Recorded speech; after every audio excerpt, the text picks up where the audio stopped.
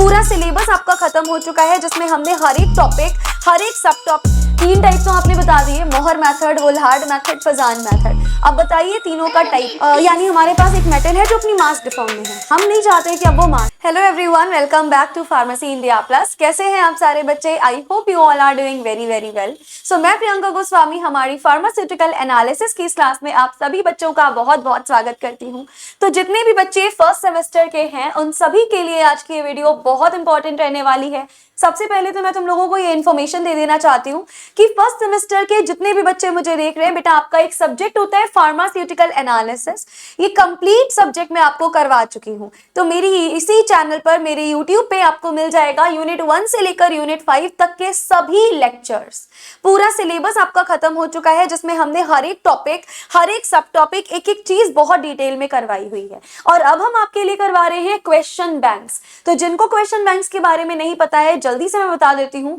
Question bank में हर एक unit के 10 क्वेश्चन मैं लेकर आ रही हूँ। 5 यूनिट है तो ओवरऑल आपके 50 क्वेश्चन हो गए। ये वो 50 क्वेश्चन होने वाले हैं जिनके आपके एग्जाम में आने की प्रोबेबिलिटी 100% है।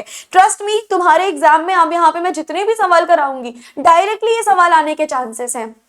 और मैं सिर्फ तुम्हें यहाँ पे क्वेश्चन नहीं बताऊंगी, मैं तुम्हें यहाँ पर 10 ऐसे क्वेश्चन बताऊंगी जो मोस्ट इंपॉर्टेंट हैं। साथ ही साथ में उन सभी क्वेश्चंस के आंसर्स भी मैं तुमको बताऊंगी। उनके आंसर्स भी आपको पता चलेंगे कि अगर ये क्वेश्चन आ गया तो हमें लिख कर क्या आना है। सिर्फ कॉन्सेप्ट नहीं बताऊंगी, यहाँ पर एक एक चीज तुमको पता चलेगी कि अगर ये क्वेश्चन दिया है उस क्वेश्चन का हमें आंसर लिखना क्या है। और एक आपके लिए कॉम्प्लीमेंट्री गिफ्ट और भी है कि ये वाली जो क्लासेस होने वाली है उनकी आपको रिसीव होगी फ्री PDF। बिल्कुल सही सुना है आपने। ये जो जितनी भी क्लासेस हो रही हैं जहां पे हम क्वेश्चन बैंक्स करवा रहे हैं, या जो तुम्हारी सिलेबस की क्लासेस चल रही हैं, इन सबके फ्री हैंड रिटन नोट्स की PDF भी तुमको रिसीव होने वाली है। आज मैं ये जो 10 सवाल लाई हूं, उन 10 सवालों के जो 10 आंसर्स लाई हूं, वो सारे आंसर्स की PDF तुमको फ्री में मिल जाएगी। तुम जाकर के चेकआउट कर लेना। टेलीग्राम आपको ज्वाइन करना पड़ेगा। टेलीग्राम चैनल का लिंक इसी वीडियो में नीचे डिस्क्रिप्शन बॉक्स में दिया है। डिस्क्रिप्शन बॉक्स में जाइएगा, लिंक को टैप ऑन करिएगा, वहां पे आपको मिल जाएगा टेलीग्राम। टेलीग्राम पे आपको इन सभी क्लासेस के फ्री हैंड रिटन नोट्स की PDF मिलेगी। उसको जरूर से ज्वाइन कर लेना, क्योंकि ये PDF डायरेक्टली आपके नोट्स बनाने के लिए बहुत यूजफुल होगी और सीधा सीधा तुम यहाँ से लिख के आ सकते हो। इससे पहले मैं आपको ये क्वेश्चन बैंक यूनिट 1 के लिए भी बता चुकी हूँ, यूनिट 2 के लिए भी बता चुकी हूँ। हमारा आज जो करने वाले हैं, हम यूनिट नंबर 3 का करने जा रहे हैं। तो अगर आपने यूनिट 1 एंड यूनिट 2 के क्वेश्चन बैंक्स नहीं देखे हैं तो आई वुड रिकमेंड देख लेना बेटा। आज हम यूनिट 3 का क्वेश्चन बैंक्स करने जा रहे हैं। स्टार्ट करते हैं अपने पहले सवाल के साथ। देखो भाई, पहला सवाल हमसे क्या कह रहा है। So the first question is, explain Mohr's method precipitation titration, explain about post precipitation। ये सब तुमने कहाँ पे पढ़ा होगा? ये सब तुम्हारे पास में एक चैप्टर होता है प्रेसिपिटेशन टाइट्रेशन। प्रेसिपिटेशन टाइट्रेशन के अंडर आप लोगों ने ये सारी चीजें बहुत डिटेल में देखी होंगी। अब अगर मैं प्रेसिपिटेशन टाइट्रेशन के बारे में बात करूं तो ये फर्दर 3 स्टेप को फॉलो करता है, या 3 मेथड को फॉलो करता है। 3 मेथड में ये बेसिकली होता है। कौन कौन से होते हैं वो 3 मेथड? पहला मेथड होता है हमारे पास में मोहर्स मेथड, दूसरा मेथड होता है हमारे पास में वुलहार्ड मेथड, और थर्ड हमारे पास जो मेथड होता है दैट इज योर फजान्स मेथड। तो बेसिकली हमारे पास में ये 3 प्रकार के मेथड होते हैं और इन तीनों मेथड से सवाल बन सकते हैं। अभी हमें स्पेसिफिकली किससे पूछा गया है? मोहर मेथड से पूछा गया है। तो ये सारे मेथड बेटा ऑलमोस्ट सेम है दोनों में, तीनों में कोई डिफरेंस नहीं होता, बस छोटा छोटा सा डिफरेंस होता है। ऐसा समझिए ऑलमोस्ट सेम है, हल्के हल्के से डिफरेंसेस हैं। लाइक किसी के इंडिकेटर में डिफरेंस है, ऐसी ऐसी चीजों में डिफरेंसेस आते हैं। वही उन्हीं डिफरेंसेस से ज्यादातर आपका सवाल बनता भी है। और ये तीनों मेथड्स बहुत ज्यादा इंपॉर्टेंट है, यहाँ से सवाल डायरेक्ट बनता है। जैसा हमसे पूछा गया है मोहर मेथड के बारे में। अब ये मोहर मेथड क्या होता है? सबसे पहली बात तो मोहर मेथड एक प्रेसिपिटेशन टाइट्रेशन का ही टाइप होता है, जैसा कि मैंने अभी अभी बताया। It is a type of, these all methods are type of precipitation titration specifically for the estimation of chloride and bromide ion. ये बहुत इंपॉर्टेंट है। 3 टाइप तो आपने बता दिए, मोहर मेथड, वुलहार्ड मेथड, फजान मेथड। अब बताइए तीनों का टाइप क्या है? तीनों में हम डिटर्मिनेशन किसका कर रहे होते हैं? तो always and always do remember, अगर तुम्हारे पास में मोहर मेथड है तो वहां पे तुम डिटर्मिनेशन करोगे क्लोराइड और ब्रोमाइड आयन का। स्पेसिफिकली किसका करोगे? या तो क्लोराइड आयन का या तो हम ब्रोमाइड आयंस का डिटर्मिनेशन करेंगे। ये इसके लिए स्पेसिफिक चीज होती है, इन्हीं दोनों में से किसी एक का डिटर्मिनेशन हमें करना होता है। अगर हम वुलहार्ड मेथड के बारे में पूछा जाए तो याद रखना all halides can be determined, इसके लिए इंपॉर्टेंट है all halides can be determined. तो ये इनका पहला डिफरेंस हो गया, ये सबसे पहला इनका डिफरेंस हो गया बेटा कि अगर आप मोहर के बारे में बात करोगे तो केवल और केवल क्लोराइड और ब्रोमाइड का डिटर्मिनेशन कर सकते हो, लेकिन अगर तुम वोल्हार्ड के बारे में बात करोगे, यहाँ जितने भी हैलाइड होते हैं, फ्लोराइड, क्लोराइड, ब्रोमाइड, आयोडाइड, सभी को इजिली हम डिटरमिन कर सकते हैं। ठीक है, तो दोनों में ये मेजर डिफरेंस है। हमसे पूछा था मोहर, हम specifically chloride and bromide ion को डिटरमिन कर सकते हैं।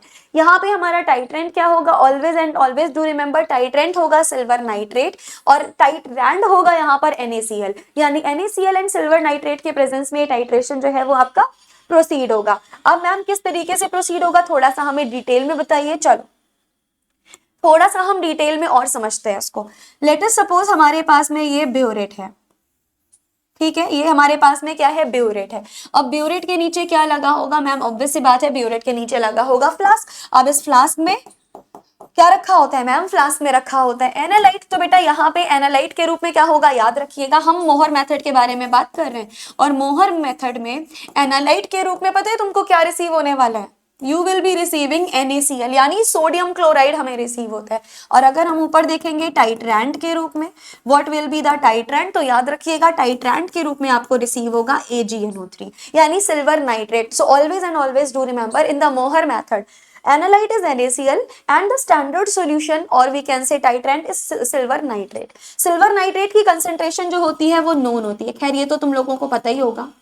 हमारे पास जब भी हम टाइट्रेशन देखते हैं टाइट्रेंट की कंसंट्रेशन नोन होती है और इसकी कंसंट्रेशन क्या होगी, NaCl में पाई जाती है तुम्हारी अननोन कंसंट्रेशन, राइट। तो इस तरीके से तुम्हारा पूरा का पूरा टाइट्रेशन प्रोसेस होता है। अब ये टाइट्रेशन में मैम रिएक्शन कैसे होगी, देखो AgNO3 है, किसके साथ में रिएक्शन कर रहा है मैम, NaCl के साथ में रिएक्शन कर रहा है, तो बनाएगा क्या, जैसे ही आपस में रिएक्शन होगा एक प्रेसिपिटेट का फॉर्मेशन हो जाता है। पता है इस प्रेसिपिटेट को क्या बोलते हैं, that is known as AgCl। AgCl का बेसिकली व्हाइट प्रेसिपिटेट हमें रिसीव हो जाएगा, सिल्वर क्लोराइड का व्हाइट प्रेसिपिटेट रिसीव हो जाता है और बाहर क्या निकल जाएगा, NaNO3 यानी सोडियम नाइट्राइड बाहर निकल जाता है। कुछ इस तरीके से आपकी रिएक्शन होगी। प्रेसिपिटेट कौन सा मिला,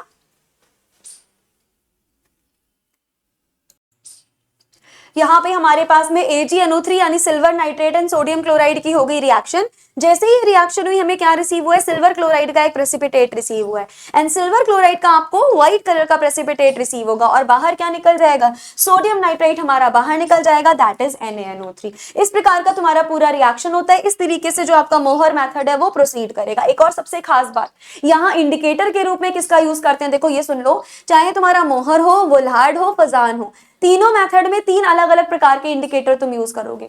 हियर इन द मोहर method you will be using chromium based indicator. Chromium based indicator जैसे कि तुम पोटेशियम क्रोमेट भी ले सकते हो। तो जब जब आप मोहर मेथड के बारे में बात करेंगे आपको लेना होगा क्रोमियम बेस्ड इंडिकेटर्स। चलो आगे बढ़ते हैं। ये जो हमारा मोहर मेथड है ये पर्टिकुलरली किस प्रिंसिपल पे काम कर रहा है तो समझते हैं।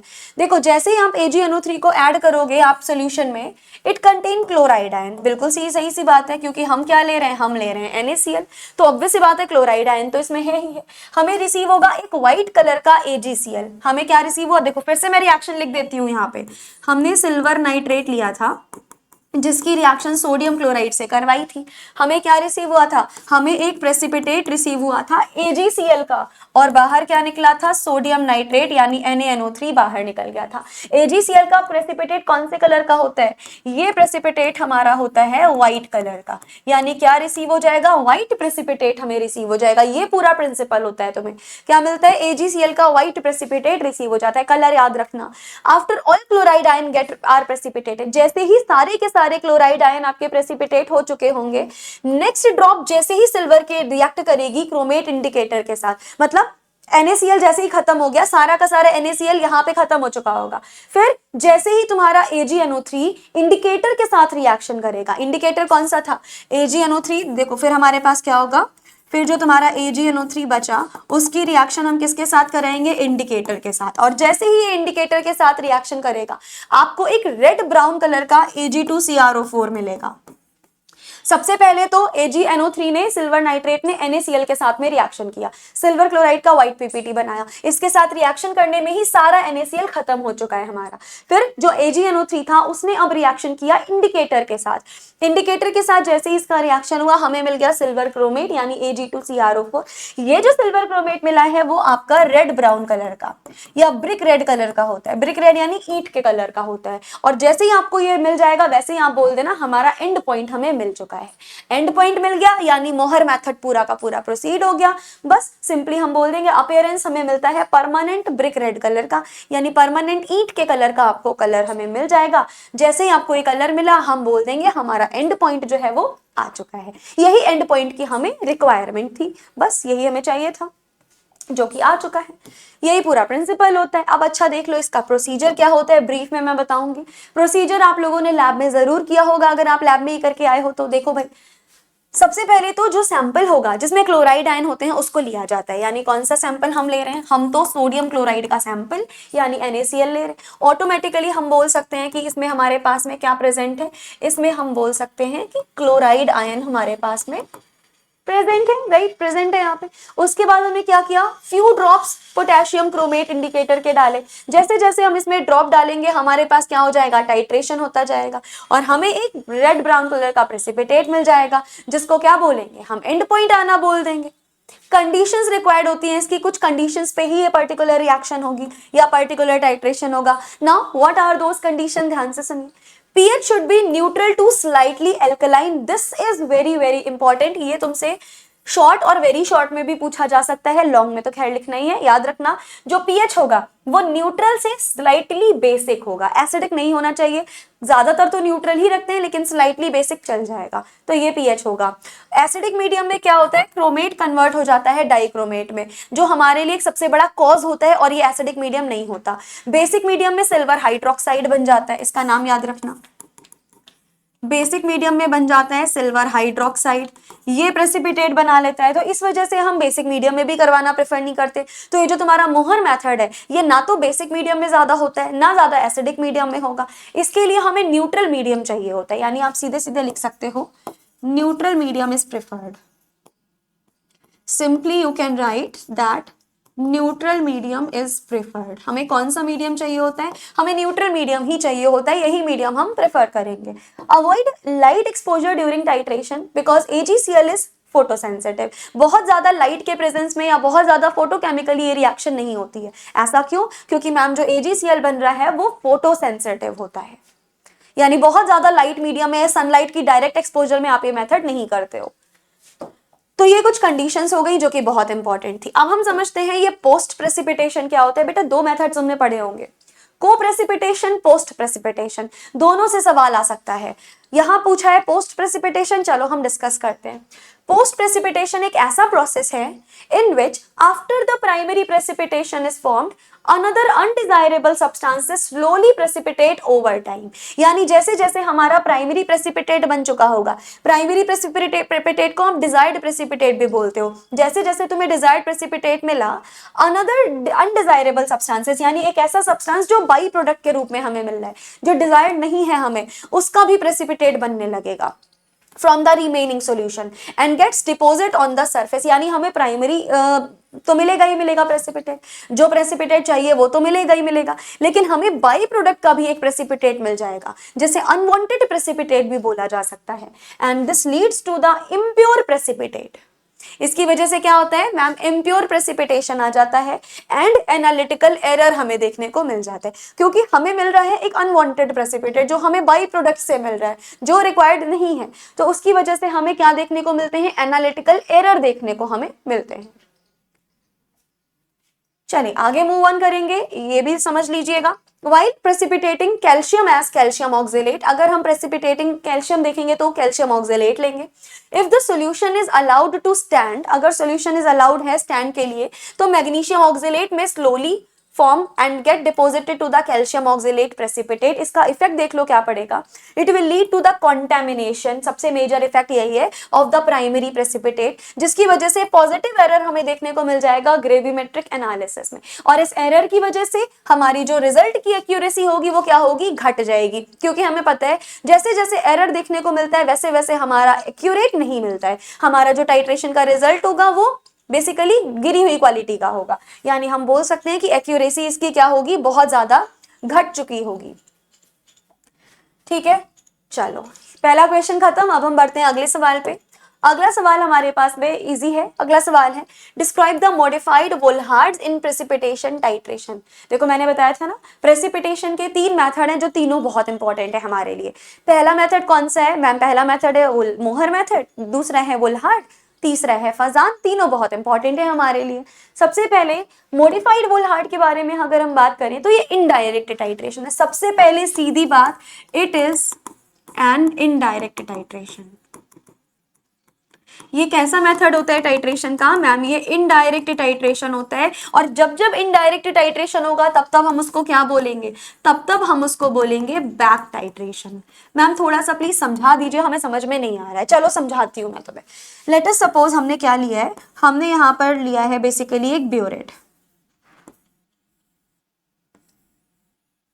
हमने क्या लिया है, ब्यूरेट लिया है। और ब्यूरेट के बाहर क्या लेंगे हम, ब्यूरेट के बाहर आप ले रहे हो फ्लास्क। फ्लास्क में क्या भरा हुआ है, फ्लास्क में हमारे पास में भरा हुआ है डिफरेंट एनालाइड, है ना बेटा। अब यहाँ पर क्या होगा, एनालाइट के रूप में, मैम पिछली बार मोहर मेथड में आपने नीचे एनालाइट के रूप में भरा था NaCl, इस बार भी हम यहाँ पे क्या भर रहे होंगे, यहाँ एनालाइट के रूप में फिर से आपके पास NaCl यानी सोडियम क्लोराइड ही होगा, कोई चेंज नहीं किया।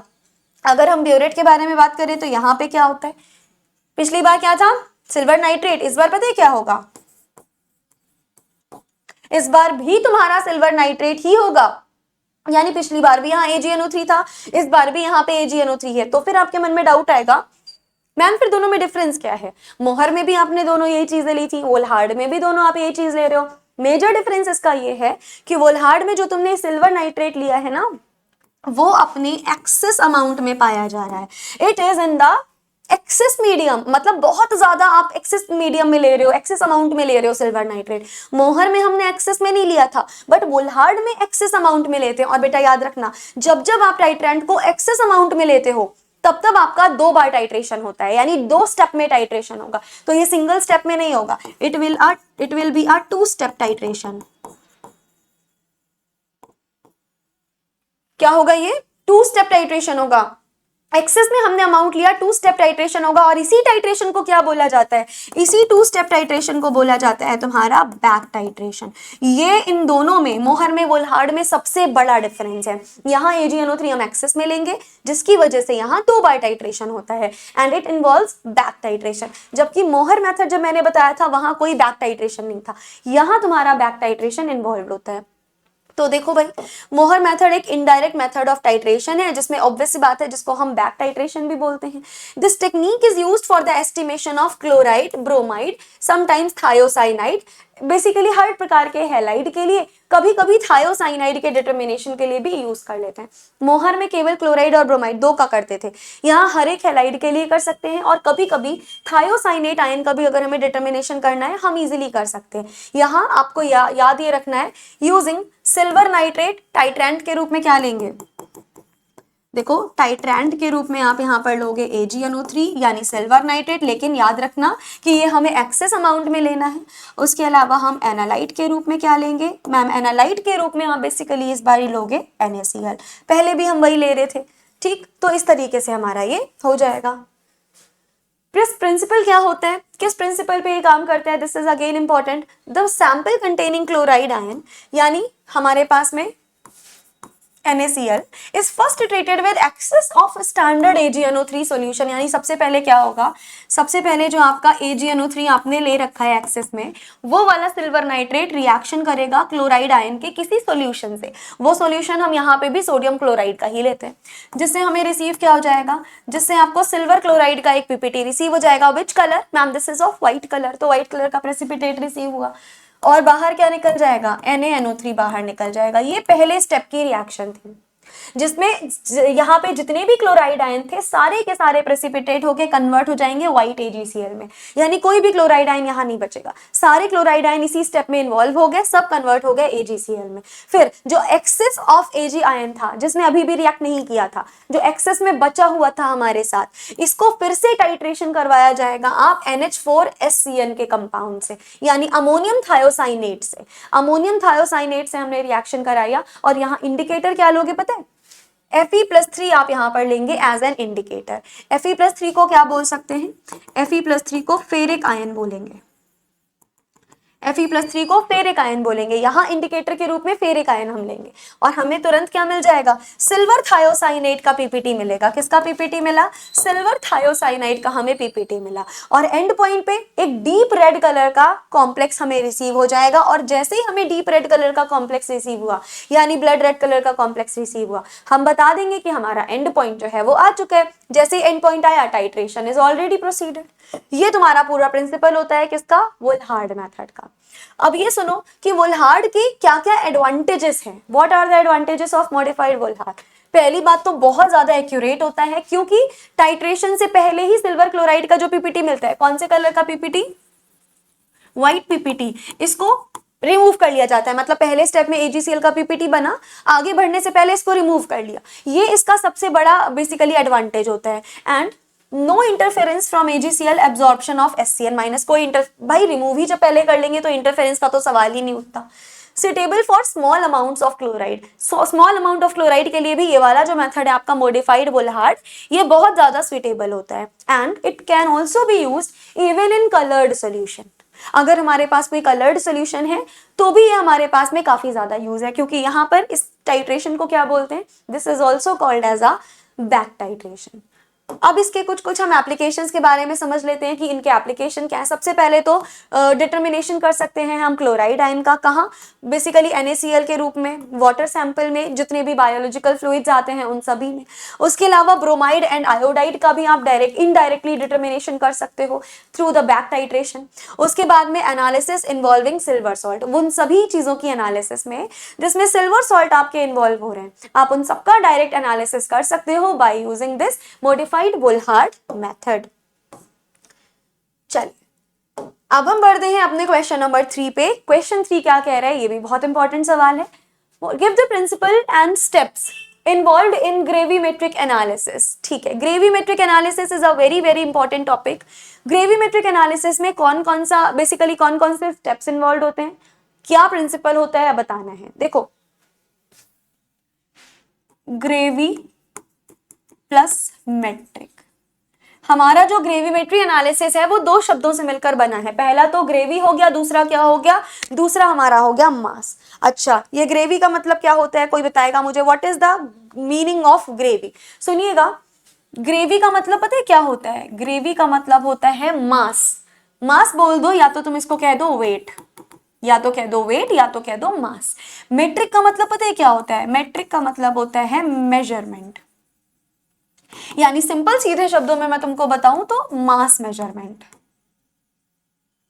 यानी एक ऐसा मेथड ऑफ एनालिसिस, एक ऐसा मेथड ऑफ टाइट्रेशन जहां पे तुम मास का मेजरमेंट कर रहे हो या किसी एनालाइट के वेट का मेजरमेंट कर रहे हो कि ये जो हमें ये मिला है इसके मास का वेट, मास कितना है।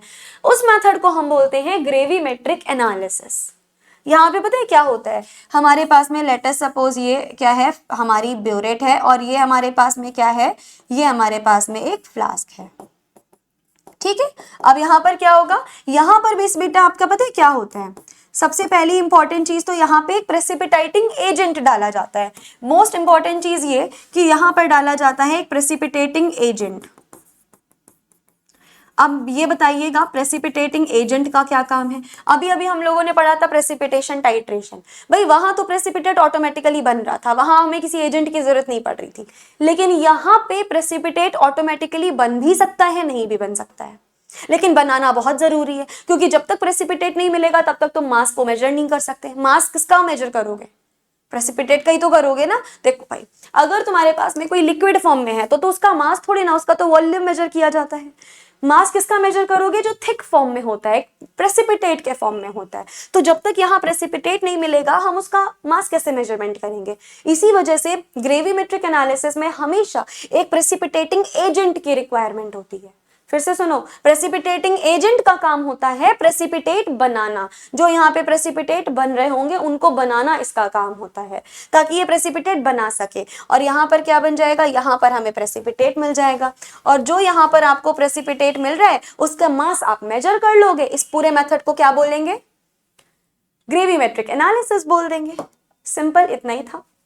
सो gravimetric analysis is based on the principle of, किस प्रिंसिपल पे बेस्ड है ma'am? It is based on the principle of converting the analyte into a pure stable compound of known composition. यानी एनालाइट किस में convert हो जा रहा है? सिंपली आप यहाँ पर लिख सकते हो, यहाँ एनालाइट कंप्लीटली आपका प्रेसिपिटेट में कन्वर्ट हो जा रहा है, जो प्योर एंड स्टेबल फॉर्म है। फिर जब जैसे ये प्रेसिपिटेट बन गया, हम क्या कर लेंगे? हम इसको आइसोलेट कर लेंगे, इसका मास यानी इसका वेट जो होगा उसको एक्यूरेटली मेजर कर लेंगे। ये इसका काम हो गया।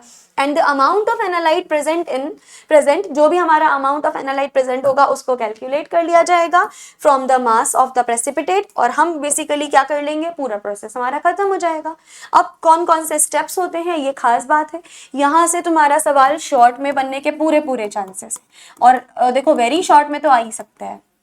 तो ये जो ग्रेविमेट्रिक एनालिसिस है ये लॉन्ग में आया तो सब कुछ आएगा, जैसे ये सवाल मैंने लॉन्ग में दिया हुआ है। सिमिलरली शॉर्ट, वेरी शॉर्ट पे भी पूछा जाएगा तुमसे, तो ध्यान से सुनो। सबसे पहले तो करना होता है प्रिपरेशन ऑफ द सोल्यूशन, यानी जो सोल्यूशन है उसको प्रिपेयर कर लो भाई। पहले सैंपल को सबसे पहले डिसॉल्व करो एक सॉल्वेंट के साथ। जैसे ही सैंपल और सॉल्वेंट को हम आपस में डिसॉल्व करेंगे हमारा सैंपल प्रिपेयर, सोल्यूशन प्रिपेयर हो जाएगा। PH, temperature and concentration are adjusted. इस पूरे थ्रू आउट द टाइट्रेशन आपका जो पीएच रहेगा, टेम्परेचर रहेगा एंड जो कंसंट्रेशन रहने वाला है, इसको तुम्हें एडजस्ट करना पड़ेगा, यानी ऑप्टिमम रेंज पे रहना चाहिए।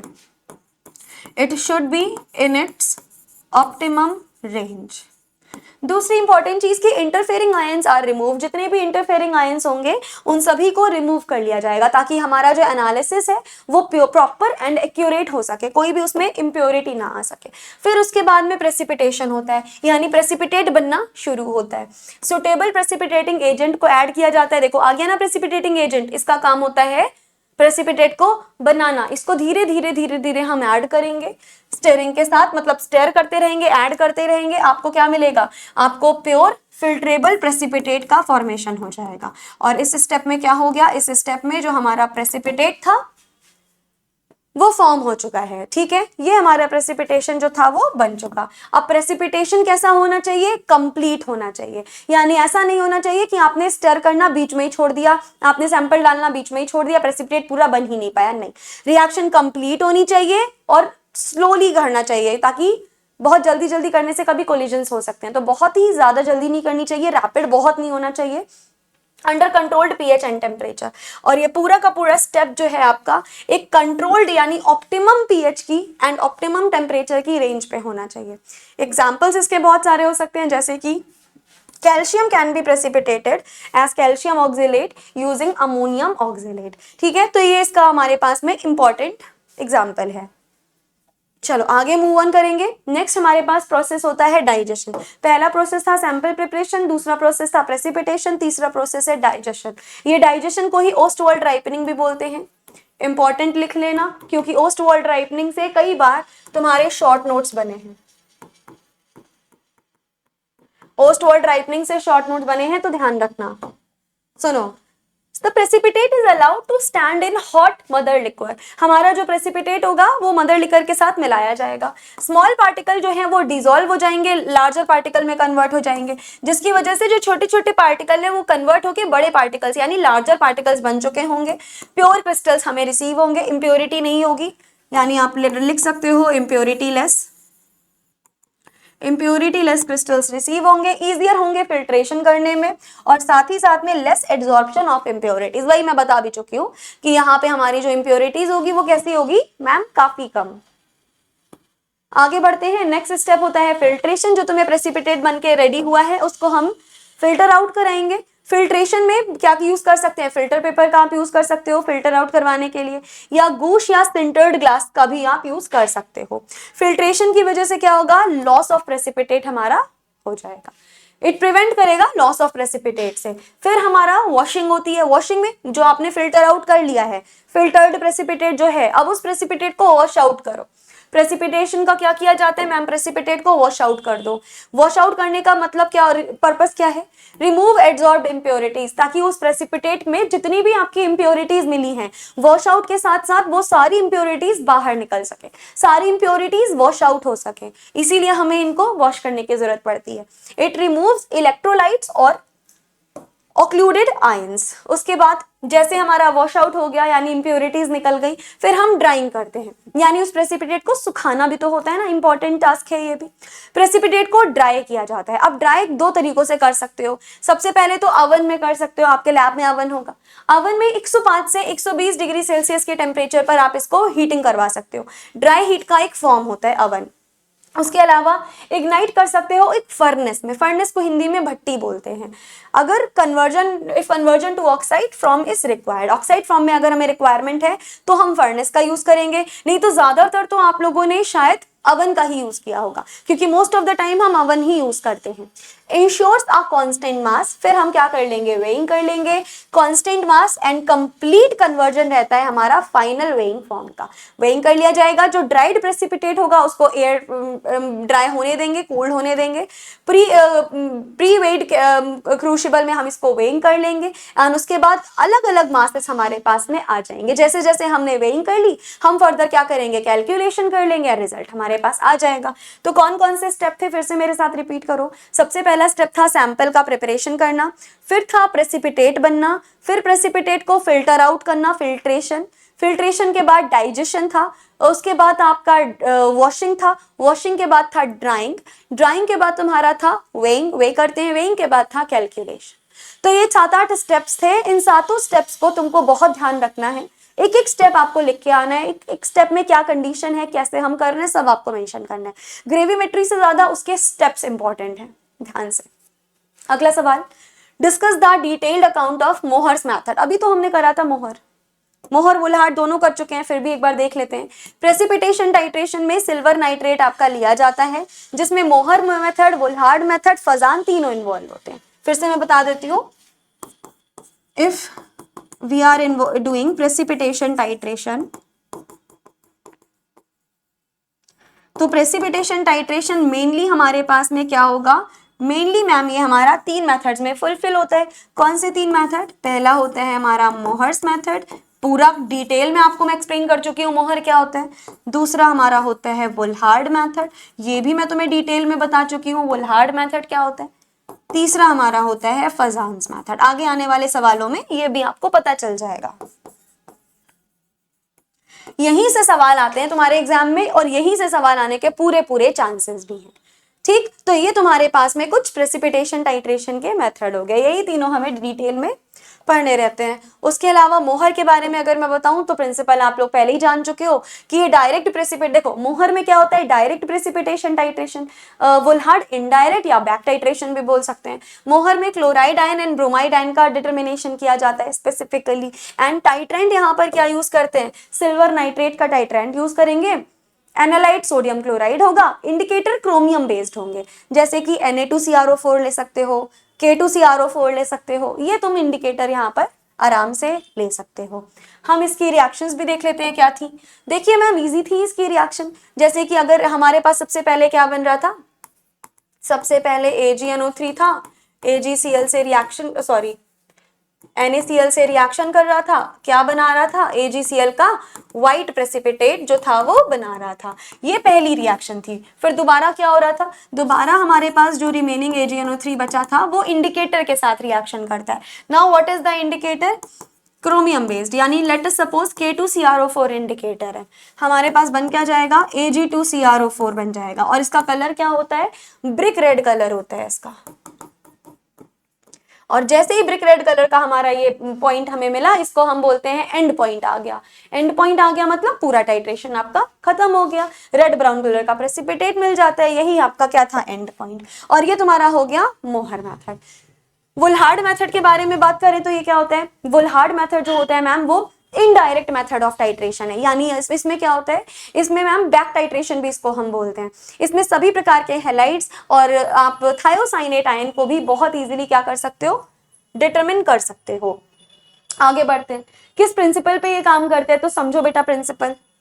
सबसे पहली चीज तो the halide is precipitated using axis standard AgNO3। सबसे जरूरी बात तो यही है ना कि इसमें हम एक्सिस ऑफ AgNO3 लेते हैं, एक्सिस में AgNO3 लेंगे, बेसिकली NaCl के साथ रिएक्शन कराएंगे। सबसे पहले तो वही हमें AgCl मिला, फिर जो रिमेनिंग Ag था वो तुम्हारा इस NH4HCN यानी अमोनियम थायोसाइनेट के साथ रिएक्शन करेगा। जैसे ही अमोनियम थायोसाइनेट के साथ रिएक्शन करा, Fe+3 इंडिकेटर के साथ आपको पूरा प्रोसीजर दिख जाएगा। इस प्रकार से हमें एंड पॉइंट आएगा, और जो एंड पॉइंट में आपको मिलता है वो क्या मिलता है, ब्लड रेड कलर आपको रिसीव होगा। जैसे ही ब्लड रेड कलर रिसीव हो गया, आप बोलोगे एंड पॉइंट मिल गया। अगर हम वुलहार्ड के टाइप के बारे में बात करें तो दो टाइप के होते हैं। पहला हो गया तुम्हारा डायरेक्ट वुलहार्ड मेथड। ध्यान से सुनो इसको अब। डायरेक्ट वुलहार्ड मेथड क्या होता है, सबसे इंपॉर्टेंट चीज की ये यूजफुल होता है थायोसाइनेट को डायरेक्टली टाइट्रेट करने के लिए, यानी it involves direct titration of thiocyanate, है ना, इसका डायरेक्ट टाइट्रेशन हो सकता है। AgNO3 को हम किसके साथ में टाइट्रेट करेंगे, इसके साथ में। इंडिकेटर क्या ले रहे होंगे मैम, Fe+3 आप ले रहे होंगे यहाँ इंडिकेटर, ठीक है। इस तरीके का हमारा पूरा ये प्रोसीजर प्रोसीड होगा।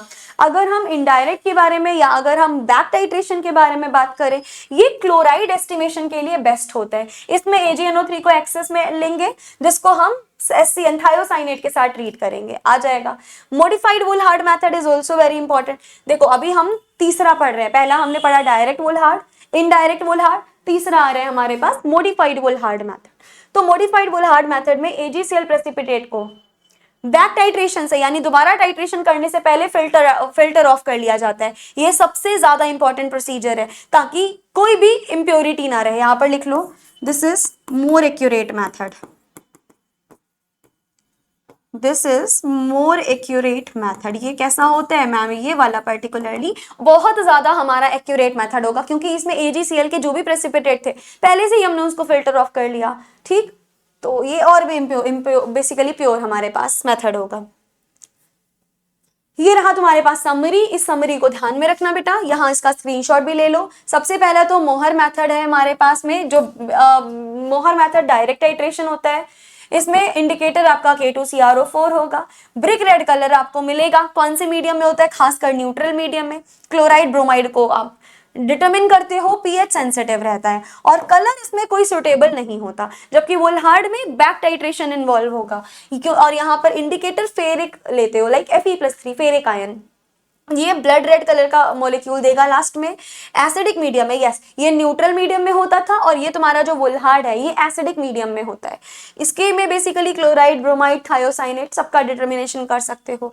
इसमें एड्सॉर्प्शन होता है हमारा, एरर अगर आ रही होती है तो एड्सॉर्प्शन की वजह से। एंड यहाँ कलर का इंटरफेरेंस क्या होता है, सुटेबल है कलर कॉम्प्लेक्स के लिए भी, जबकि ये उसके लिए सुटेबल नहीं होता। सो दिस इज द समरी। इस समरी को ध्यान से रख लेना, इसका आप जरूर से इसका स्क्रीनशॉट ले लिया होगा आपने। आगे बढ़ते हैं, discuss estimation of barium sulphate. Barium sulphate का हमें एस्टिमेशन देखना है क्या होता है। तो पहली बात तो बेरियम सल्फेट यानी कि सिंपली आप लिख लो BaSO4, ये इसका फॉर्मूला है। एस्टिमेशन करना है हमें बेरियम का एज बेरियम सल्फेट। इसको हम किस तरीके से करेंगे, अभी अभी मैंने बताया था, ग्रेविमेट्रिक मेथड से। सो ग्रेविमेट्रिक मेथड से आप लोग इसका डिटर्मिनेशन करने वाले हो। अब इसमें होगा क्या, estimation of barium is carried out by precipitating it as barium sulfate using sulfuric acid। यानी हम क्या करेंगे, हम इसको सल्फ्यूरिक एसिड के साथ में प्रेसिपिटेट करेंगे, हमें क्या रिसीव हो जाएगा, बेरियम सल्फेट रिसीव हो जाएगा। फिर पूरा ग्रेविमेट्रिक एनालिसिस वाले स्टेप्स फॉलो करेंगे। This is one of the most classical gravimetric procedure. यानी ग्रेविमेट्री में सबसे पहले जिन प्रोसीजर्स को फॉलो किया गया था, BaSO4 is one of them. सबसे पहले पुराना एकदम क्लासिकल मेथड होता है ये, due to the extremely low solubility and high stability of BaSO4। Principle देखिए, सबसे पहले क्या होगा, बेरियम आयन लेंगे, दैट इज Ba+2। इनको प्रेसिपिटेट करेंगे, हमारे पास क्या बन जाएगा, बेरियम सल्फेट, जो कि कैसा होता है मैम, सबसे पहले देखिए बेरियम +2 है ना, इसकी हम H2SO4 के साथ रिएक्शन करेंगे, हमें क्या मिलेगा, Ba2SO4 या BaSO4 हमें रिसीव हो जाएगा। BaSO4 जो है यानी बेरियम सल्फेट जो है बहुत ही स्प्रिंगली सॉल्युबल होता है, केमिकली स्टेबल होता है, नॉन हाइग्रोस्कोपिक है, हाई मोलिकुलर वेट वाला है। क्योंकि मोलिकुलर वेट हाई होता है तो हम सिंपली बोल सकते हैं इसका प्रिसीजन क्षमता भी बहुत हाई होती है। रिएक्शन किसके साथ होगी है मैम, बहुत इजी है ये चीज तो, बेरियम +2 SO4-2, यानी हमने क्या लिया, हमने मैम लिया बेरियम आयन, हमने क्या लिया, सल्फेट आयन, हमने बेरियम आयन और सल्फेट आयन लिया, हमें क्या रिसीव हो गया, हमें रिसीव हुआ BaSO4। What is BaSO4? This is your barium sulphate. क्या होता है ये मैम, ये बेरियम सल्फेट हमारे पास में हो जाएगा। प्रेसिपिटेट को फिल्टर आउट कर लिया जाएगा, वॉश कर लिया जाएगा, ड्राई कर लिया जाएगा, या इग्निशन भी हम कर सकते हैं किसी फर्नेस में, फिर उसको वेट करके हम कैलकुलेट कर लेंगे, मतलब सारे इसके सारे स्टेप करेंगे जो भी हमारी ग्रेविमेट्रिक में हो रहे थे। मास कितना आएगा, इट इज यूज, जो भी मास आएगा उसका यूज कर लिया जाएगा फर्दर कैलकुलेशन के लिए, और हमारा बेसिकली एस्टिमेशन पूरा हो जाएगा। रिएजेंट्स कौन कौन से जरूरी होते हैं, यहाँ से शॉर्ट नोट्स बन सकता है, ध्यान से सुनिएगा। डाइल्यूट सल्फ्यूरिक एसिड या hot saturated solution of ammonium sulphate, दोनों आप ले सकते हो। अगर आप डाइल्यूट हाइड्रोक्लोरिक एसिड लोगे, इसका यूज में प्रेसिपिटेशन से प्रिवेंशन के लिए भी होता है। गर्म पानी ले रहे हो तो आप ये डाइजेशन या वॉशिंग के लिए भी यूज कर सकते हो। फिल्टर पेपर या गूश का यूज कर सकते हैं, किसके लिए, फिल्ट्रेशन के लिए। अगली चीज, अगला सवाल, चलो नेक्स्ट क्वेश्चन हमसे कह रहा है describe masking and demasking agents in complexometric titration. तो जी कॉम्प्लेक्सोमेट्रिक टाइट्रेशन पे अब हम आ चुके हैं। कॉम्प्लेक्सोमेट्रिक टाइट्रेशन का एक सबसे इंपॉर्टेंट आपका कॉन्सेप्ट होता है मास्किंग एंड द डीमास्किंग एजेंट। अब मैम ये मास्किंग एजेंट क्या होता है, डीमास्किंग एजेंट क्या होता है, थोड़ा बताइए। देखो ध्यान से सुनो बच्चों, आप लोगों ने देखा होगा कोविड के टाइम पे हम क्या करते थे, कोरोना वायरस से बचने के लिए मैम हम लोग मास्क का यूज करते थे। अच्छा, अगर हम बाहर जा रहे हैं और हम मास्क का यूज कर रहे हैं तो बहुत ज्यादा सेफ्टी होती थी हमारे पास में, यानी बहुत कम चांसेस होते थे कि हमें कोविड हो सकता है, क्योंकि हम मास्क यूज कर रहे थे, हम सैनिटाइजर यूज कर रहे थे। और अगर वही कोविड की वेव्स में आप बिना मास्क के घूमने लग जाओ, बहुत सारे लोग घूम भी रहे थे भाई बिना मास्क के, तो उनको कोरोना वायरस होने का खतरा बहुत ज्यादा था, क्योंकि वो प्रोटेक्टेड तो थे ही नहीं। सिमिलरली बेटा हमारे पास में दो स्टेप होते हैं, मास्किंग और डीमास्किंग। अगर कोई मेटल मान लो मास्क्ड है, उसने मास्किंग कर रखी है खुद की, तो कोई भी लिगेंड कभी भी आकर इसके साथ रिएक्शन नहीं कर सकता। और जबकि अगर कोई हमारे पास में मेटल है जो अनमास्क्ड है, कोई मास्किंग नहीं है, तो कोई भी लिगेंड आएगा इसके साथ आपस में रिएक्शन करेगा और मेटल लिगेंड का क्या बना लेगा, कॉम्प्लेक्स बना लेगा। ये हमारे पास दिक्कत हो रही थी। यानी अगर कोई मास्क्ड है तो वो लिगेंड के साथ कॉम्प्लेक्स नहीं बनाएगा, प्योर फॉर्म में रहेगा, यानी वो प्रोटेक्ट होगा। जबकि डीमास्किंग, ये मास्किंग हो गया। अच्छा, डीमास्किंग मतलब क्या, मान लो कोई मास्क है, अब हमें ये मास्क हटाना है, तो उस प्रोसेस को हम डीमास्किंग बोलते हैं। ये सारा मास्किंग एंड डीमास्किंग का आपका क्या होता है, कॉन्सेप्ट होता है। समझे क्या है, देखो कॉम्प्लेक्सोमेट्रिक टाइट्रेशन जिसमें हम कॉम्प्लेक्स बनाते किसके साथ है, देखिएगा जो आपका मेटल आयन है वो रिएक्शन करता है लीगेंड के साथ, और मेटल आयन और लीगेंड आपस में रिएक्शन करेंगे और रिएक्शन करके हम क्या बनाते हैं, कॉम्प्लेक्स बनाते हैं। अच्छा, लीगेंड यहाँ पर कौन सा लेंगे, देखना बेटा मोस्ट कॉमन लीगेंड कौन सा होगा, तो बहुत अच्छे से याद रखिएगा कि जो आपका मोस्ट कॉमन लिगेंड होता है वो होता है बेटा EDTA। सबसे कॉमनली जिस लिगेंड का यूज करेंगे वो होगा हमारे पास में EDTA। EDTA का फुल फॉर्म लिख के दे रही हूँ, याद रखना, ethylene diamine tetra acetic acid, ये तुम्हारे पास में EDTA का फुल फॉर्म होता है, और EDTA का ही यूज आप मोस्ट कॉमन लिगेंड के रूप में करते हो। अब यहाँ पर क्या होगा, in many samples several metal ions में बी प्रेजेंट टुगेदर, बहुत सारे अलग अलग मेटल आयंस हो सकते हैं, एंड बेसिकली इनको क्या किया जाता है, डिटरमिन किया जाता है। टू हैंडल सच इंटरफेरेंसेस या complexations masking and demasking reagents are used. यानी अगर हमारे पास में एक से ज्यादा मेटल आयन प्रेजेंट है, तो अलग अलग मेटल्स की मास्किंग होती है, फिर डीमास्किंग होती है। तो जब हमारे पास में एक से ज्यादा 2 या 3 4 मेटल प्रेजेंट होते हैं तब हम ये मास्किंग और डीमास्किंग वाला कॉन्सेप्ट अप्लाई करते हैं। सबसे पहले तो हम समझ लेते हैं मास्किंग रिएजेंट क्या होता है। देखिए, masking is the process of converting and interfering metal ion into a non reactive form. मतलब एक बार जैसे ही तुम्हारी मास्किंग हो गई फिर तुम लिगेंड के साथ रिएक्ट नहीं कर सकते। अगर हमारा मेटल ओपन फॉर्म में होता है और लिगेंड आया तो बहुत इजीली ये मेटल लिगेंड के साथ रिएक्शन कर लेगा। लेकिन मान लो अगर हमने इसको क्या कर दिया, मास्क पहना दिया, यानी अगर हमने इसकी मास्किंग कर दी और अब कोई लिगेंड आ रहा है तो अब मेटल और लिगेंड आपस में रिएक्शन करके कुछ नहीं बना पाएंगे, यानी नो रिएक्शन। तो इसको बोलते हैं मास्किंग। और मास्किंग से हमें क्या मिलता है, नॉन रिएक्टिव फॉर्म में कन्वर्ट हो जाता है, सो that it can not react with the titrant. यानी टाइट्रेंट हमारा कौन, EDTA, ethylene diamine tetra acetate. तो रिएक्शन के दौरान इनका आपस में कोई भी प्रोसेस नहीं बनता। A masking reagent selectively reacts with the interfering ion to form a stable unreactive complex. Masking reagent क्या कर लेगा, सिलेक्टिवली वो पर्टिकुलर मेटल आयन के साथ रिएक्शन करेगा और हमारा एक कॉम्प्लेक्स बना देगा। जो कॉम्प्लेक्स बनाएगा वो अनरिएक्टिव होगा, वो हमारे लिगेंड के साथ कभी कोई भी रिएक्शन नहीं दिखाएगा। पर्पस क्या है मास्किंग कराने का ma'am? What is the purpose of masking? Why do we do masking? क्यों कर रहे हैं मास्किंग? मास्किंग कर रहे हैं फालतू के या जो भी हमारे अनवांटेड इंटरफेरेंस हो रहे हैं, अनवांटेड कॉम्प्लेक्स मिल रहे हैं, उनको ना पाने के लिए, यानी अनवांटेड रिएक्शंस को रोकने के लिए मास्किंग हम करवा रहे हैं। This allows selective estimation of one metal. इसके थ्रू आप जैसे कि मान लो हमारे पास 3 मेटल हैं A, B, C और हमारे पास क्या है, लिगेंड है ADTA। हम ये चाहते हैं कि हमारा केवल और केवल A हो जो कि EDTA से रिएक्शन करे। हम ये चाह रहे हैं कि हमें सिर्फ इसके साथ कॉम्प्लेक्स बनाना है, B और C के साथ नहीं बनाना। लेकिन अगर तुम्हारे पास तीनों ही मेटल प्रेजेंट है सोल्यूशन में तो मजबूरी में तीनों के साथ बनना पड़ेगा। ऐसा हो ही नहीं सकता कि सिर्फ A के साथ बने बाकियों के साथ बने ना। तो इस मजबूरी को खत्म करने के लिए, इस चीज को रोकने के लिए हम क्या करेंगे, हम B को और C को प्रोटेक्ट कर देंगे, यानी इनको मास्क पहना देंगे। जैसे ही हमने इनकी मास्किंग कर दी, अब जो तुम्हें कॉम्प्लेक्स मिलेगा वो केवल और केवल A के साथ मिलेगा। यही तो हम चाहते थे। बाकी B कैसा मिला, अपने मास्क फॉर्म में मिला, C कैसा मिला, अपने मास्क फॉर्म में मिला।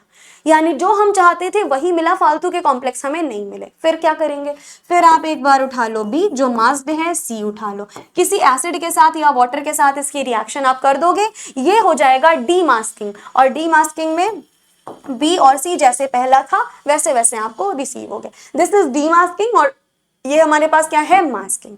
तो मास्किंग का तुम्हें पर्पस समझ में आ रहा है, एक्यूरेसी को बढ़ाने के लिए और प्रिसीजन को बढ़ाने के लिए, यानी जो हमें रिक्वायर्ड है हमें केवल वही मिले, हमें बिना वजह के अनवांटेड कॉम्प्लेक्सेस ना मिले। इसके लिए हम क्या करते हैं, मास्किंग करते हैं।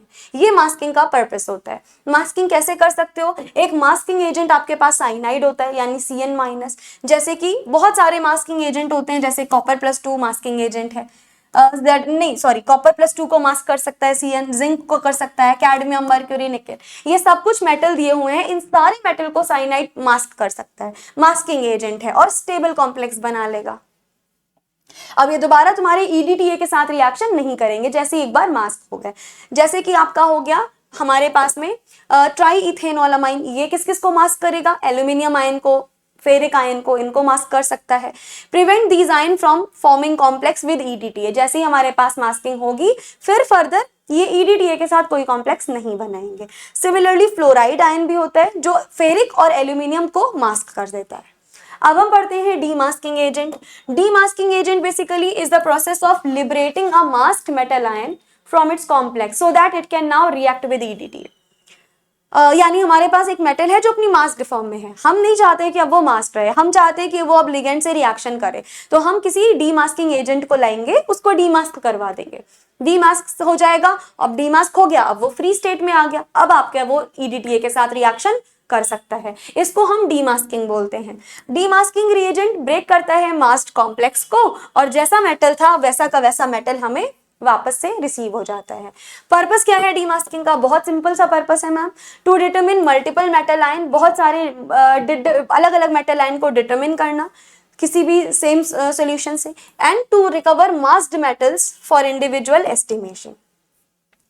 एग्जाम्पल्स क्या होंगे, फॉर्मेल्डिहाइड, फॉर्मेल्डिहाइड से के थ्रू आप डीमास्किंग करा सकते हो। फॉर्मेल्डिहाइड है जो साइनाइड मास्क, जितने भी CN- ने मास्क करे सबकी डीमास्किंग करनी है, फॉर्मेल्डिहाइड यूज कर लो तुम। उसके अलावा आप एसिड के थ्रू भी करवा सकते हो, अभी अभी मैंने बोला था एसिड के साथ रिएक्शन करा दो, एसिड सोल्यूशन के साथ, सीधा सीधा तुम्हारा डीमास्किंग हो जाएगा। जितने भी फ्लोरो कॉम्प्लेक्सेस होंगे सब तुरंत डीमास्क हो जाएंगे। तो ये रहा तुम्हारा एक समरी मास्किंग का, डीमास्किंग का। इसका आप लोगों को स्क्रीनशॉट ले लेना है, this is very very important. आगे बढ़ते हैं। अभी अगला सवाल हमारे पास में है, डिफरेंशिएट करना है को प्रेसिपिटेशन को एंड पोस्ट प्रेसिपिटेशन को। ये शॉर्ट क्वेश्चन में आने की बहुत संभावना है, लॉन्ग में भी। सो this is most important question, इस पे मोस्ट इंपॉर्टेंट डाल लेना, this is a very very important question. देखो भाई, सबसे पहले अगर हम बात कर रहे हैं पोस्ट प्रेसिपिटेशन की, तो वो क्या होता है पोस्ट प्रेसिपिटेशन। देखो पोस्ट का मतलब क्या होता है मैम, पोस्ट का मतलब होता है बाद में, को का मतलब क्या होता है, को का मतलब होता है साथ में। को प्रेसिपिटेशन एक ऐसा प्रोसेस है जहां इंप्योरिटीज भी प्रेसिपिटेट करवाई जाती है, impurities are also get precipitated along with the desired precipitate. यानी जो हमें चाहिए उसके साथ साथ इंप्योरिटीज का भी प्रेसिपिटेट हो रहा है, साथ साथ इंप्योरिटीज और डिजायर्ड दोनों प्रेसिपिटेशन चल रहे हैं, that is co precipitation. Post precipitation क्या होता है, ऐसा प्रोसेस है in which after the primary precipitate, एक हमारा प्राइमरी प्रेसिपिटेट हो गया, उसके बाद दूसरे सब्सटेंस का प्रेसिपिटेट हो, यानी अलग अलग स्टेप में प्रेसिपिटेट हो रहा है। एक प्रेसिपिटेट हो गया, रुका है, फिर दूसरे सब्सटेंस का प्रेसिपिटेट हो रहा है बाद में, that is known as post precipitation. Coprecipitation में दोनों का साथ साथ प्रेसिपिटेट होता है। तो मैं तो इसके नाम से ही समझ में आ रहे होंगे। कब होता है, it occurs during precipitation, precipitation के दौरान होता है, दैट इज को precipitate. It occurs after precipitation, after का मतलब बाद में, तो that is your post precipitation. Cause, reason क्या है इनके होने का, एडजॉर्प्शन, ऑक्लूजन या मिक्स्ड क्रिस्टल फॉर्मेशन इनके बेस्ट रीजन होते हैं। इनके रीजन अगर आपको जानने हैं तो स्लो प्रेसिपिटेशन होना, स्लाइटली सॉल्युबल इंप्योरिटीज होना, इंप्योरिटीज की वजह से आपका ये प्रोसेस होता है। उसके बाद में प्योरिटी पे क्या इफेक्ट पड़ता है, इसमें basically it forms impure precipitate from the beginning.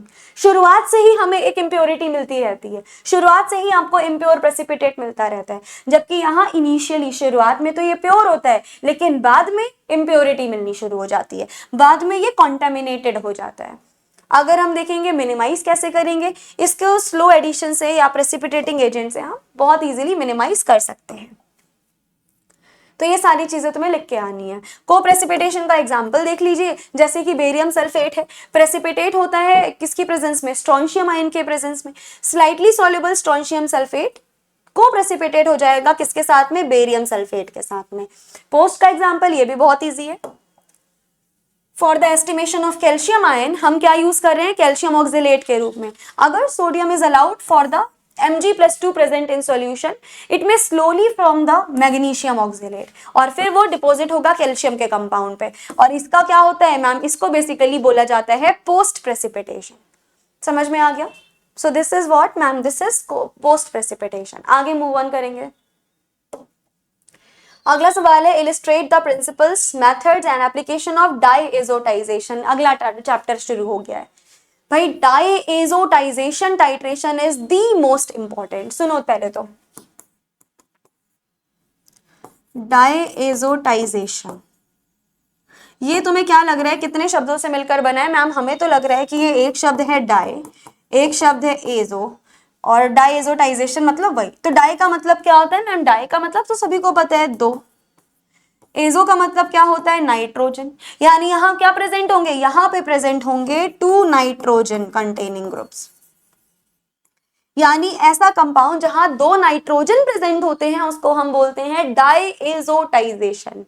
देखो ध्यान से, डाईएजोटाइजेशन एक इस प्रकार का रेडॉक्स टाइट्रेशन है, मेनली इसका यूज किया जाता है for the essay of primary aromatic amines. सबसे इंपॉर्टेंट चीज, डाईएजोटाइजेशन टाइट्रेशन का यूज ही क्यों करते हैं, प्राइमरी एरोमेटिक अमीन के आइडेंटिफिकेशन के लिए आप डाईएजोटाइजेशन टाइट्रेशन का यूज करते हो।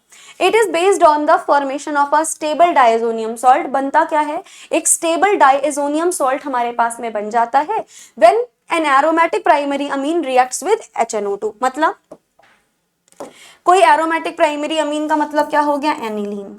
ये जो हमारे पास में हमने NH2 बनाया है इसका मतलब होता है एरोमेटिक प्राइमरी अमीन।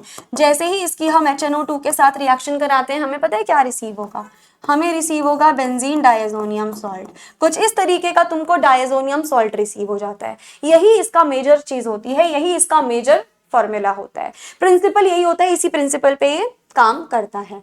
देखो सबसे पहले क्या बन जाएगा, डायजोनियम सॉल्ट बन जाएगा। जो तुम्हारी प्राइमरी एरोमेटिक अमीन थी यानी एनिलीन, वो रिएक्शन किसके साथ करेगी, नाइट्रस एसिड के साथ ये रिएक्शन करेगा और ये एसिडिक मीडियम में रिएक्शन होगा, जिससे हमें क्या मिल जाएगा, बेंजीन डायजोनियम क्लोराइड हमें मिल जाएगा और पानी बाहर मूव हो जाएगा, राइट। नाइट्रस एसिड हमें जो प्रोड्यूस हुआ है वो किसके थ्रू प्रोड्यूस हुआ है, वो इस तरीके से इस रिएक्शन के थ्रू प्रोसीड हुआ है। तो इस तरीके से बेंजीन डायजोनियम क्लोराइड हमें रिसीव हो जाएगा। And this reaction must be carried out at 0 to 5। ये सबसे इंपॉर्टेंट चीज है बेटा कि ये रिएक्शन इस पर्टिकुलर टेम्परेचर पे होनी चाहिए। ये लिख लो तुम, it is your optimum temperature range, it is your optimum temperature range. This is very important to prevent decomposition of the diazonium salt. And excess nitrous acid indicates the end point. जब तुम्हारा excess nitrous acid आ जाएगा तो वो क्या indicate करेगा ma'am, and point को indicate करेगा। क्या टाइप होते हैं, पहला टाइप हो गया तुम्हारा एक्सटर्नल इंडिकेटर, जो स्टार्च आयोडाइड पेपर ले सकते हो, याद रखना this slide is very important, very very important slide. Excess nitrous acid liberate करेगा आयोडीन को जो ब्लू कलर का होगा, always do remember iodine will be blue colour, ठीक। उसके बाद तुम्हारा इंटरनल इंडिकेटर होता है that is beta naphthol method के थ्रू।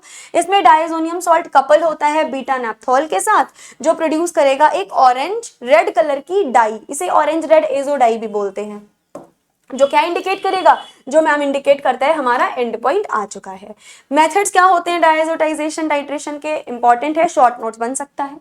ये रहे हमारे कुछ फॉलोइंग मेथड्स। जैसे पहला मेथड हो गया डायरेक्ट डायजोटाइजेशन मेथड।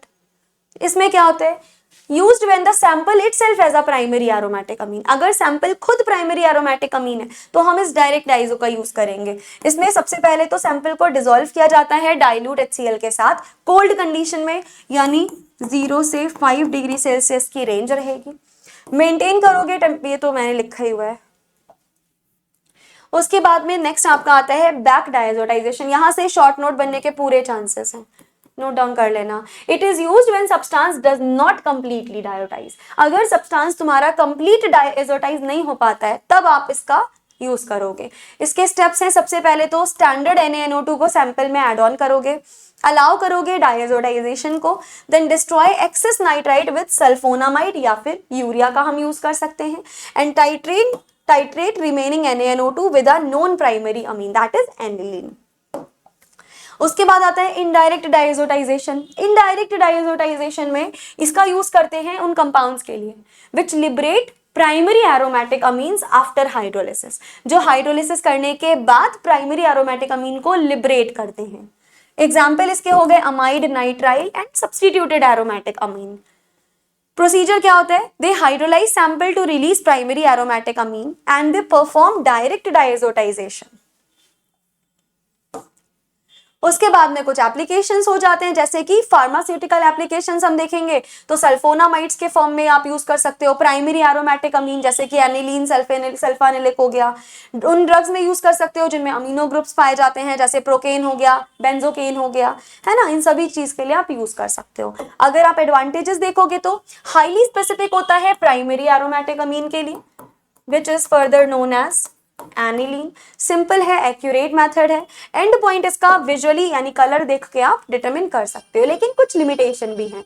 लिमिटेशन देखिएगा बच्चा, reaction must be carried out at a low temperature 0 से 5 डिग्री सेल्सियस। एलिफैटिक अमीन के लिए बिल्कुल सुटेबल नहीं है, एरोमेटिक अमीन के लिए सुटेबल है। डायजोनियम अनस्टेबल होता है तो यहाँ पर डिकम्पोज हो सकता है। अगला मेथड फजान्स मेथड। देखो जी, फजान मेथड को हम एब्जॉर्प्शन इंडिकेटर मेथड भी बोलते हैं। सबसे इंपॉर्टेंट मेथड ये होता है हमारे पास। इसमें क्या यूज किया जाता है, इसमें तो सबसे पहले आप जो टाइट्रेंट लोगे वो क्या लोगे, वही सेम चीज। टाइट्रेंट आपका होगा सिल्वर नाइट्रेट, जो हम अभी तक लेते आ रहे हैं। एनालाइट क्या लोगे, वही सेम जो हम अभी तक लेके आ रहे हैं। एनालाइट आप लोगे NaCl, सेम यही चीज होगी। इसका यूज किस चीज के लिए करते हैं, वही आप AgCl के एस्टिमेशन के लिए, है ना, AgBr के एस्टिमेशन के लिए, इन सभी के एस्टिमेशन के लिए यूज करते हैं। It always depends on the absorption of an adsorption of an indicator on the surface. पता है यहाँ पे क्या होता है, देखो जो AgNO3 है ना, वो रिएक्शन किसके साथ करता है, NaCl के साथ। अब जैसे ही ये रिएक्शन करेगा तुम्हें क्या रिसीव होगा, AgCl का पीपीटी, AgCl का क्या रिसीव हुआ, व्हाइट पीपीटी। अब मेरी बात ध्यान से सुनना, यहाँ जो इंडिकेटर लेते हैं पता है कौन लेते हैं, डाइज, जैसे फ्लोरेसिन इंडिकेटर ले सकते हो, ईओसिन इंडिकेटर ले सकते हो। अब जो तुमने इंडिकेटर लिया है वो इस प्रेसिपिटेट पे चिपक जाता है। मान लो तुमने फ्लोरेसिन इंडिकेटर लिया, अब फ्लोरेसिन इंडिकेटर यहाँ इस सरफेस पे चिपक जाएगा। जैसे ही AgCl के साथ इंडिकेटर चिपक जाएगा, वैसे ही इसका कलर चेंज हो जाएगा और तुम्हें रिसीव हो जाएगा एंड पॉइंट। क्योंकि इंडिकेटर इस प्रेसिपिटेट पे चिपकता है, इस फिनोमिना को कहते हैं एडजॉर्प्शन। एडजॉर्प्शन सरफेस फिनोमिना होता है, वही यहाँ पर हो जाता है। यही सबसे नई और सबसे यूनिक चीज है फजान्स मेथड की। तो प्रिंसिपल यहाँ पे क्या होता है, सबसे इंपॉर्टेंट चीज एडजॉर्प्शन ऑफ डाइज। और डाई क्या होते हैं, क्योंकि यहाँ पर हम जो इंडिकेटर्स लेने वाले हैं वो कौन होते हैं, इंडिकेटर्स होते हैं मैम डाई। जैसे तुम फ्लोरेसेंट डाई का यूज कर सकते हो, तुम ईओसिन का यूज कर सकते हो, ये सब तुम्हारे पास डाइज रहने वाले हैं। ये डाई क्या करेंगे, AgCl के प्रेसिपिटेट पे चिपक जाएंगे और कलर चेंज दिखा देंगे। ये हमारा एंड पॉइंट बता देते हैं। Before the end point precipitate हमें इन सब चीजों का रिसीव हो जाएगा, जिसमें हम slight excess of halide ion हमारा ऑलरेडी होगा सोल्यूशन में। प्रेसिपिटेट हो जाएगा, नेगेटिव चार्ज देगा क्योंकि हैलाइड आयन थे, और ये नेगेटिवली चार्ज सरफेस जो है वो रिपेल करेगा डाइस को, तो आपका कोई भी कलर चेंज नहीं होता हुआ दिखाई देगा। एंड पॉइंट पे सारे हैलाइड ऑलरेडी प्रेसिपिटेट हो चुके होंगे और हमें कलर दिख जाएगा। ठीक, रिक्वायरमेंट देख लीजिए, ये इंपॉर्टेंट है। सबसे पहली चीज तो एडजॉर्प्शन इंडिकेटर यूज करते हैं, यानी ऑर्गेनिक डाइज का तुम यूज करोगे। ये वो डाइज होती हैं जो एनाइंस के रूप में एग्जिस्ट करती हैं and they get adsorb oppositely charge precipitate surface. कौन कौन से इंडिकेटर होंगे, फ्लोरेसेंट इंडिकेटर यानी fluorescent dye, eosin dye, dye chlorofluorescein use कर सकते हो, या फिर टेट्राब्रोमोफ्लोरेसिन का भी तुम बहुत आसानी से यूज कर सकते हो। एडवांटेजेस देखो बच्चा, provides a sharp and point, हमें एक शार्प एंड पॉइंट प्रोवाइड करता है। इसमें रिक्वायर्ड नहीं होता कोई भी एक्सटर्नल या internal indicator mixing, and this is highly sensitive. ठीक है, ये इसके कुछ लिमिटेशन है कि इसमें क्लियर और कलर्ड एंड पॉइंट हमें आना चाहिए, रिक्वायर होता है। पीएच कंट्रोल का हाईली रिक्वायरमेंट होता है। प्रेसिपिटेट रिएक्शंस प्रोड्यूसिंग के लिए ये सुटेबल नहीं होता। उसके अलावा मैग्नीशियम सल्फेट का हम देखो, जैसा बेरियम सल्फेट का एस्टिमेशन था बिल्कुल सेम मैग्नीशियम सल्फेट का एस्टिमेशन है। कैसे होता है, magnesium sulphate can be estimated by two commonly used analytical method. Ma'am कौन कौन से मेथड, पहला तो ग्रेविमेट्रिक एस्टिमेशन जो हम मैग्नीशियम ऑक्सीनेट के थ्रू करते हैं, एंड कॉम्प्लेक्सोमेट्रिक टाइट्रेशन जो हम EDTA के साथ करेंगे। प्रिंसिपल क्या होता है, जो देखो ये भी ग्रेविमेट्रिक के थ्रू ही होगा, बेरियम वाला भी उसी के थ्रू हुआ था। मैग्नीशियम आयन को प्रेसिपिटेट कर लिया जाता है, किसका यूज करके, ऑक्साइन का यूज करके। कुछ इस प्रकार से तुम्हारी रिएक्शन मिलेगी और ये तुम्हारा प्रेसिपिटेट मिल जाएगा। यहाँ प्रेसिपिटेट क्या होगा, क्रिस्टलाइन होगा, यानी छोटे छोटे क्रिस्टल के रूप में पाया जाएगा, स्टेबल होता है, इजीली फिल्टरेबल होता है, और it can be dried and weighed accurately. ठीक, तो ये आपके लिए मोस्ट इंपॉर्टेंट चीजें हो गई। उसके अलावा कॉम्प्लेक्सोमेट्रिक मैट्रिक टाइट्रेशन में कैसे करोगे, उसमें मैग्नीशियम आयन जो होंगे एक स्टेबल कॉम्प्लेक्स बना लेते हैं डाइसोडियम EDTA के साथ। किसके प्रेजेंस में, अमोनिया बफर के प्रेजेंस में होगा। इंडिकेटर खास इंपॉर्टेंट है इरिक्रोम ब्लैक टी, जिसको शॉर्ट फॉर्म में हम EBT के नाम से भी जानते हैं। सबसे इंपॉर्टेंट चीज, before and point wine red colour receive होगा, यहाँ से PYQs में बने हैं सवाल। एंड पॉइंट पे तुम्हें ब्लू कलर रिसीव होता है। तो ये हो गए हमारे सवाल और ये हमारा हो गया पूरा का पूरा क्वेश्चन बैंक। आई होप ये क्वेश्चन बैंक आप लोगों के लिए बहुत इंपॉर्टेंट एंड बेनिफिशियल रहा होगा। इनमें से जो भी मैंने सवाल कराए हैं डायरेक्ट तुम्हारे एग्जाम में देखने को मिलेंगे, 100% मैं ये गारंटी दे रही हूँ। So that is it for unit 3। मिलते हैं अगली वीडियो में यूनिट 4 के साथ। Till then thank you so much, take care, bye bye.